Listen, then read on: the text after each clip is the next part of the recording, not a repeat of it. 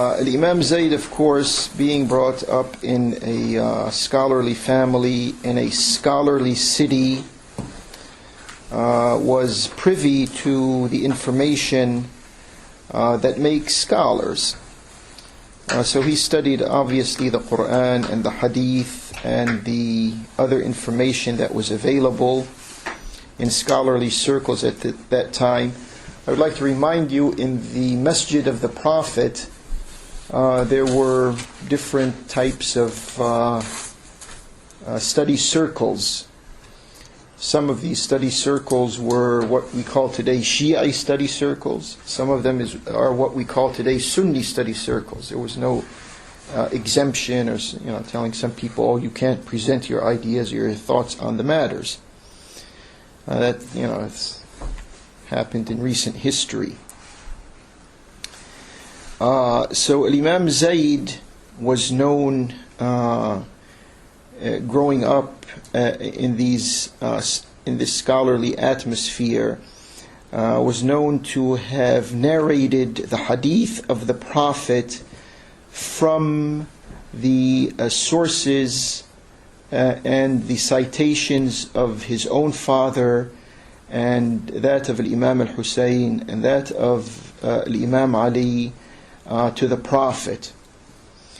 But unlike the Shi'i Imamis, the Shi'is who follow Imam Ja'far as-Sadiq, he also quoted hadiths that were well known but were only presented in non-Shi'i circles in Al-Madinah.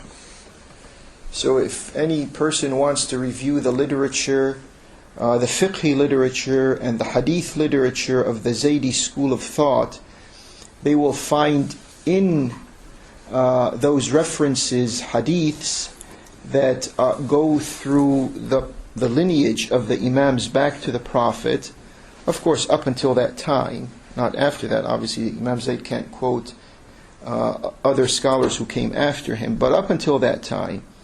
But they will also find in the books of hadith and fiqh hadiths that were quoted by what the Ithnai Ashari Shi'is would consider to be either questionable hadiths or objectionable hadiths. But these hadiths that Imam Zayd has are not that he quotes from quote unquote other than what is called in the history or in the registry of hadith, as-Silsila al-Dhahabiyya, the golden narrative chain. He steps outside of that, and if he finds that there's a hadith that is conforming to the Quran and to the other hadiths that he has no problems at all quoting that and incorporating that in what became later on the Zaydi fiqh. So this point is understood. I think it's important that you latch on to it. Even his father, Zainul Abideen, is known to have quoted hadiths from other people who were not classified as supporters of Ahl al-Bayt, but they were scholars. And those are incorporated in the hadith literature of the Zaydi school of thought. Imam Zainul Abideen, the father of Imam Zayd, sometimes Zayn and Zayd get a little close together, so sharpen your tune-up, your audio tune-up here. Imam Zaynul Abideen died in the year 94th of the Hijrah. At that time, Imam Zayd was about 14 years old. So he now, meaning Imam Zayd, instead of having his father the main influence on his acquisition of knowledge, when his father passed away, the main influence on his acquisition of knowledge became his brother, Imam Muhammad Al-Baqir. And there was a good amount of years that separated Imam Muhammad Al-Baqir from Imam Zayd, to such a degree that you could almost consider Imam Muhammad Al-Baqir to be his father. 20 years difference. Something like that, yeah. So,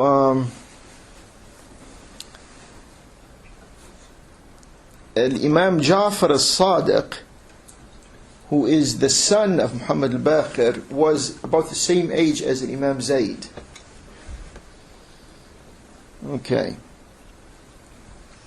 And his brother, Imam Muhammad al-Baqir, was also a very well-known, a very well-respected, a very well-honored scholar in Medinah at the time, by the people of Medina and by other Muslims from other places and areas. And there were some ulama that met Imam Muhammad al-Baqir and were influenced by them.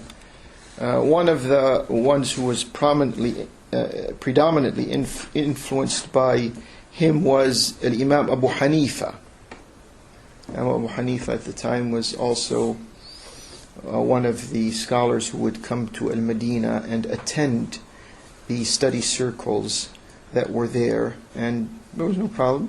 Abu Haneefah listened, attended, learned, acquired the knowledge that was available to him. There was no problem like, some people today, I'm a Hanafi, why should I listen to some Shi'i scholar? Or I'm a Shi'i, why should I listen to some Hanafi scholar? This mentality did not exist. It was an open, it was an accessible atmosphere of knowledge that brought them together. They had different opinions, they had their different, but they were not exclusivists. There was no informational tension between them or among them, as we see many times around us in this world that we are in. Also, during the time of Imam Zayd, in the extended Alawi family, there was another very well-known scholar who was the son of Imam Al-Hasan. And Imam Zayd used to also attend his, let's call them classes. He used to attend his classes and obtain the knowledge that was needed from him. Imam Abdullah ibn Al-Hasan was the cousin of Imam Zainul Abideen. So, obviously the contacts were a little more extensive than just the scholarly contacts that were taking place. And Abu Haneefah, for your information, also used to attend the classes of Abdullah ibn Al-Hasan. No problem. No one ever made it a problem. No one ever mentioned it was a problem, made an issue out of it. It was normal, as it should be. And even in the hadith literature, because we know Imam Malik was a person who was focused on the hadith in Al-Muwatta, and he quotes hadiths from Abdullah ibn Al-Hasan. No issue. No one makes an issue out of that. This scholar was even respected by the rulers of the time, whether it was in the Umayyads, because he lived in the latter part of the Umayyad reign, and then he lived in the initial part of the Abbasi reign, and he was respected by Umar ibn Abdul-Aziz, who was an exception to the rulers.